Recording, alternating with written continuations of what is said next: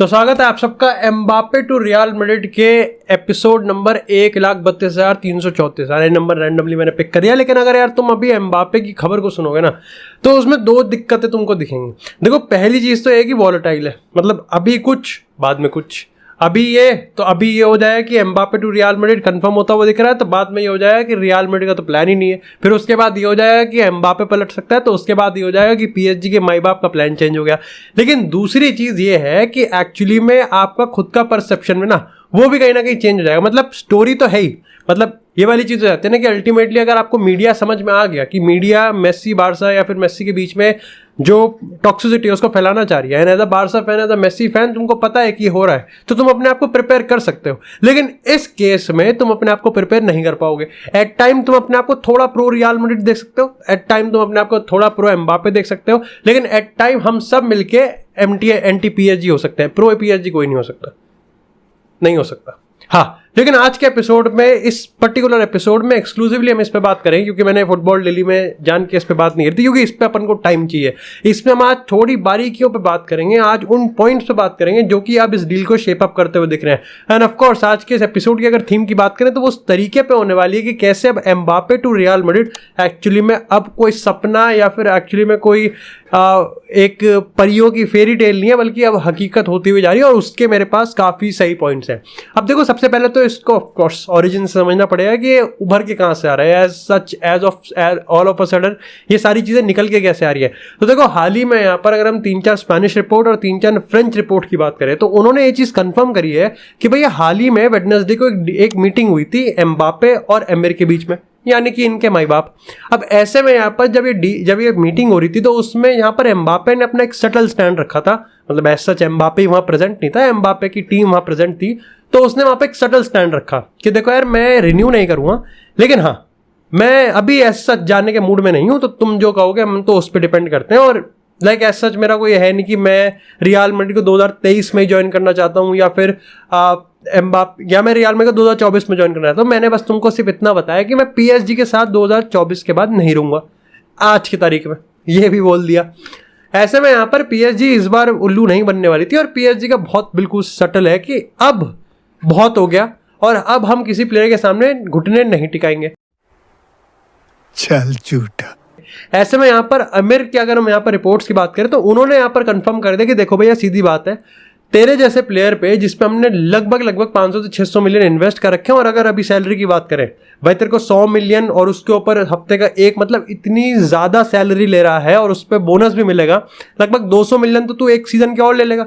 ऐसे में तू हमारा हुतिया बना के 200 मिलियन लेने के बाद तू नेक्स्ट सीज़न कह देगा कि मैं तो जा रहा हूँ, और हम यहाँ पर रह जाएंगे दल्ले के साथ, हमें नहीं मिलेगा एक फूटी कौड़ी भी। ऐसे में यहाँ पर एमिर ने ये तो कंफर्म कर दिया कि भैया या तो एम्बापे अपना कॉन्ट्रैक्ट रिन्यू करे, नहीं तो भैया हम सेल करने के लिए तैयार हैं। और ये डेडलाइन दे रखी गई है, अभी एम्बापे वेकेशन पे है और प्री सीजन स्टार्ट होने से पहले ये चीज़ निपट लेगी। यह है पहली स्टोरी। अब दूसरी स्टोरी है कि इसमें रियल मैड्रिड का एंटर करती है। देखो, रियल मैड्रिड के रिगार्डिंग दो स्टोरी और दोनों स्टोरी अलग अलग चलती हैं, तो तुमको दोनों को तब तुम कंबाइन करोगे तो तुम्हारे दिमाग में ऑलरेडी एक तीसरी पिक्चर बन जाएगी जो कि पूरी कहानी को बयां कर देगी। अगर हम पर्टिकुलरली रियल मैड्रिड के इस पूरे एम्बापे सागा की बात करें तो तुमको पता है कि हाल ही में ये चीज़ बहुत निकल के आ रही थी कि पेरेज ने तो मना कर दिया कि भाई हम किसी और को लेके नहीं आएंगे। इसके पीछे के यहाँ पर अगर हम फिलॉसफी की बात करें तो वो ये है कि पेरेज ये मानता है कि इवन इफ अगर एम्बापे ना आए, इवन इफ अगर एम्बापे के पास साइड हटा के भी रख दे, तो मेरे पास एक दो चीज़ें जो हैं जो मेरे को सोचनी पड़ेंगी। पहली चीज़ तो ये कि एंसेलोटी को जो प्रॉमिस किया था, मैं उस प्रॉमिस से मुकरता हुआ दिख रहा हूँ। भाई, जब एंसेलोटी पिछले सीजन फेल हुआ चैंपियंस लीग और ला लीगा में, तो ये बताया गया था कि भाई कुछ पोजीशन है जहाँ पर रीइंफोर्स करेंगे, लेकिन अभी तक अगर हम प्रॉपर रीइंफोर्समेंट की बात करें तो वो आते हैं यहाँ पर बेलिंगम के नाम पे। ऐसे में यहाँ पर फ्रान गार्सिया की बात करें, जोसेलू की बात करें, तो एज सच बहुत बुरी नहीं है, अच्छी डील्स है, लेकिन ये डील उतनी किफ़ायत नहीं है, या फिर हम कह सकते हैं कि उतनी इनफ नहीं है कि यहाँ पर रियल मैड्रिड और एंसेलोटी दोनों को यहाँ पर सेटिस्फाई कर सके। दूसरी चीज़ ये है कि पेरेज ये भी मानता है कि अगर कल को ये बता दे कि भाई हमको एक नंबर 9 की जरूरत है, तो आज वही हाल हो जाएगा जो कहीं ना कहीं पीएसजी का भी हो रखा है और जो मैनचेस्टर यूनाइटेड का भी हो रखा है, कि यहाँ पर जिस भी बंदे को फोन मिलाओगे वो बंदा फोन स्टार्टिंग में ही उठा के कह देगा कि हमको 100 मिलियन चाहिए। और यही चीज़ बायर्न के साथ भी हो रही है। ऐसे में रियल मैड्रिड ने अपना एक बहुत ही डिप्लोमेटिक और यहाँ पर आप कह सकते हो कि थोड़ा मायावी जाल सा बिछा रखा है कि हमको ज़रूरत ही नहीं है। अब आपको ऑफकोर्स यहाँ पर आप कह सकते हो कि सबको दिख रहा है कि जरूरत है, बट तुमको पता है रियल मैड्रिड का स्टैंड कैसा होता है कि उनके पास वर्सेटैलिटी है।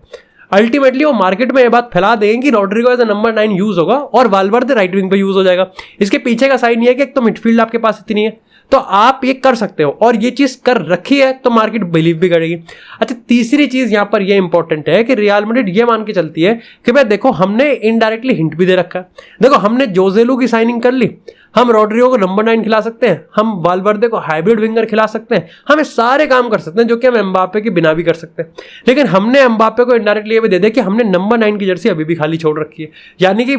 कायदे से हमने हिंट एम्बापे एक लाइन को भी दे रखा है। एंड ऑफ कोर्स इन सबके बीच में अंडरग्राउंड चैनल पे बातें होती रहती होंगी, बिल्कुल होती रहती होंगी। हाल ही में रिपोर्ट, जब हम रेलेवो की रिपोर्ट की बात करें, उन्होंने कंफर्म करा कि फाइजल हमारी जो कि एम्बापे की माता जी हैं, उनकी रियल मैड्रिड पर्सनली खुद यहाँ पर पेरेस से बात हुई थी, जब इन दोनों के बीच में जो डिफरेंसेस थे वो यहाँ पर दूर, मतलब इन दोनों के मतलब आंटी अंकल के डिफरेंस नहीं, मतलब लेजिट दो इंस्टीट्यूशंस के बीच में जो डिफरेंस थे वो इन्होंने साइड करा।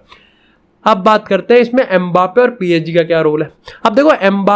रियल मैड्रिड और पीएसजी के रोल की बात करें तो तुमको ये समझना पड़ेगा कि यहाँ पर एक नया पॉइंट निकल के आया है। उन्होंने बताया कि आप रियल मैड्रिड और पीएसजी कितने ही टक्कर या फिर कितने ही कट्टर यहाँ पर दुश्मन हो, लेकिन एक चीज तुमको समझनी पड़ेगी कि बिजनेस वर्ल्ड में चीजें इमोशन से नहीं चलती, चीजें चलती हैं पैसे से। और ऐसे में अगर हम कतर की बात करें तो जिस कंपनी के प्रेसिडेंट है Florentino Perez, I think ACS, जो कि बहुत बड़ी इंफ्रास्ट्रक्चर कंपनी है, उसके बहुत सारे मिलियंस में यहाँ पर अगर उसके नंबर्स की बात करें तो प्रोजेक्ट हैं कतर में। ऐसे में यहाँ पर हाल ही में बताया गया है कि फ्लोरेंटिनो पेरेस और एमिर ऑफ कतर की अगर हम बात करें तो इन दोनों के बीच में जो नेगोशिएशंस है वो चलती रहती हैं, बातें चलती रहती हैं, और बिजनेस के मामले में दोनों फ्रेंड्स ही हैं। ऐसे में यहाँ पर अगर दोनों एक टेबल के इस साइड पीएसजी और इस साइड रियल मैड्रिड बैठेगी तो परफेक्ट सॉल्यूशन ये निकल के आया है कि भाई एम्बापे को अब रियल मैड्रिड दे देना चाहिए और इसके पीछे सबका भला है।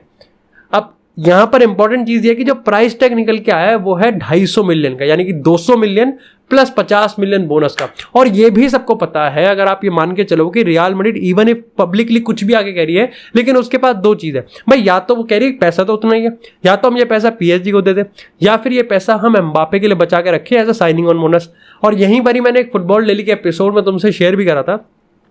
कि आपको समझना पड़ेगा जब अल्टीमेटली बात सेल की आ जाएगी कि अब सही में नेगोशिएशन हो रही है और सही में रियल मैड्रिड, जब बात इस चीज की होती है कि रियल मैड्रिड इस ट्रांसफर मार्केट में काम है, वो इसलिए है क्योंकि अभी लगभग 2 महीने बचे हुए हैं ट्रांसफर विंडो में। ऐसे में यहाँ पर रियल मैड्रिड को कोई खास जरूरत है नहीं। तो यहाँ पर आप ये कह सकते हो कि आने वाले टाइम में जब भी स्पेनिश मीडिया इस चीज को फैलाएगा,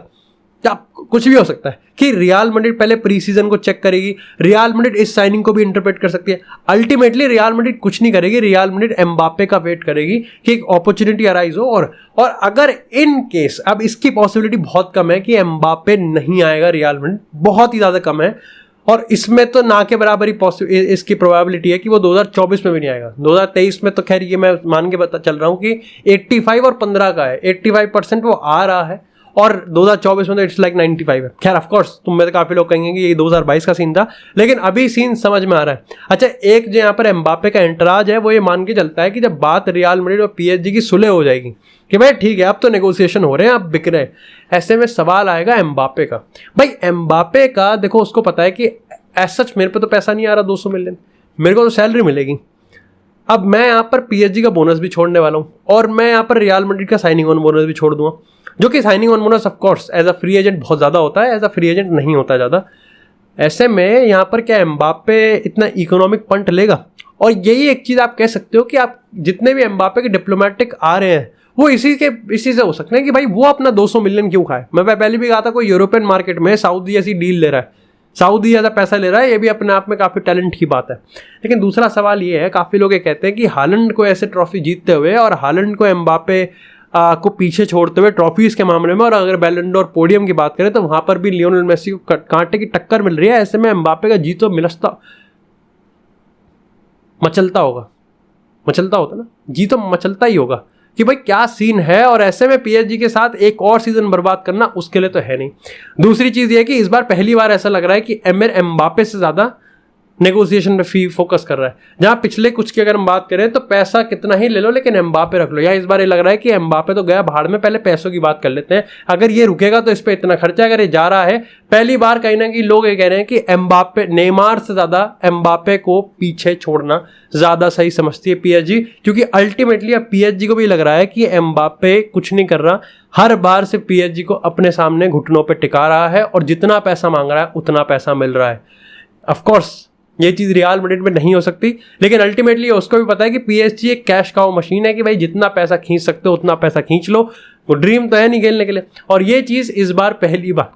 पीएसजी यहाँ पर समझ गई है। तो ये मैंने तुमको सारा जो सिस्टम चल रहा है एक एपिसोड में सारा कंपाइल करने की कोशिश की है। चीज़ें थोड़ी मुश्किल है क्योंकि चीज़ें बहुत जल्दी बदल रही हैं, बहुत फ्रीक्वेंटली बदल रही है, और ऐसे में यहाँ पर पोजीशन तुमको एक जनरल वे में समझानी जरूरी है कि इरेस्पेक्टिव ऑफ फैक्ट की रिपोर्ट्स आती रहेंगी, 100 रिपोर्ट्स आ जाएंगी, 100 रिपोर्ट्स कल आएंगी, लेकिन ये कंसेप्ट तुम मान के चल सकते हो कि इस समय ट्रू दिखता हुआ दिख रहा है कि हाँ अल्टीमेटली 100 रिपोर्ट्स इधर की आए हैं, 100 रिपोर्ट्स इधर की आए। जो बात आज हमने इस एपिसोड में करी और कमेंट सेक्शन में तुम करोगे, कहीं ना कहीं वही हमको होती हुई दिखेगी।